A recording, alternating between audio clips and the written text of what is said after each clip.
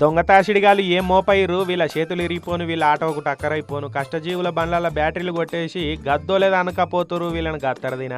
పల్నాడు జిల్లా సత్తెనపల్లి పట్టణంలో ఆటో వేసుకొని అర్ధరాత్రి తిరుక్కుంటా బండ్ల మీద కన్నేసి బ్యాటరీలు ఊడవీక్కొని పోయింది దొంగల ముఠ. టాటా ఏస్ డ్రైవర్ అన్న పొద్దుగాల బండి తీద్దామని తాళం పెట్టి స్టార్ట్ చేస్తే ఎంతకు స్టార్ట్ కాలేదట. చలికాలం కదా బ్యాటరీ వీక్ అయిందేమో అనుకున్నాడట. తీరా బ్యాటరీ కాడికి పోయి చూస్తే బ్యాటరీ బాక్స్ అంతా ఖాళీ ఉండే వరకు కంగు తిన్నాడుగా. మా ఆటో అనేది నైట్ 1:30 టైంలో ఆటో వాళ్ళు దొంగతనం చేసినట్టు తెలిసింది.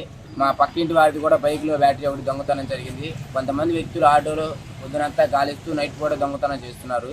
మా ఏరియాలో బ్యాటరీ దొంగతనాలు బాగా జరుగుతున్నాయి. పోలీసులు తగు చర్యలు తీసుకోవాల్సిందిగా కోరుతున్నాను. అయ్యో నా బండిని ఎవడో దొంగోడు కొట్టేసిండని లబో దిబోం అన్నాడు. ఈ బండే బడుగు జీవులో బతుకుదేరు. గసొంటోళ్ళ కడుపు కొట్టాలని ఎట్లా అనిపించిందో ఈ దొంగ బట్టేవాజిగాళ్ళకు. టాటా ఏసే కాదు, ఇగో ఇంటి ముంగడ పెట్టిన బైకుల బ్యాటరీలు కూడా ఎత్తుకపోయారు అంటే వాళ్ళు ఎంత చిల్లరగాళ్ళు ఉన్నారో చూడురి. కష్టం చేసుక బతక శాతగాని బద్మాషిగాళ్ళే ఇసొంటి వాడికి తెగబడుతున్నారు. ఊరి మీద వాడి దోసుకొని ఆ పైసలతోటి జల్సాలు చేసుకుంటూ బతుకుతున్నారు. అసొంటి బతుకేనారా బై అని తిట్టాలనిపిస్తున్నది కానీ మనమేం తిడతాం తీరి.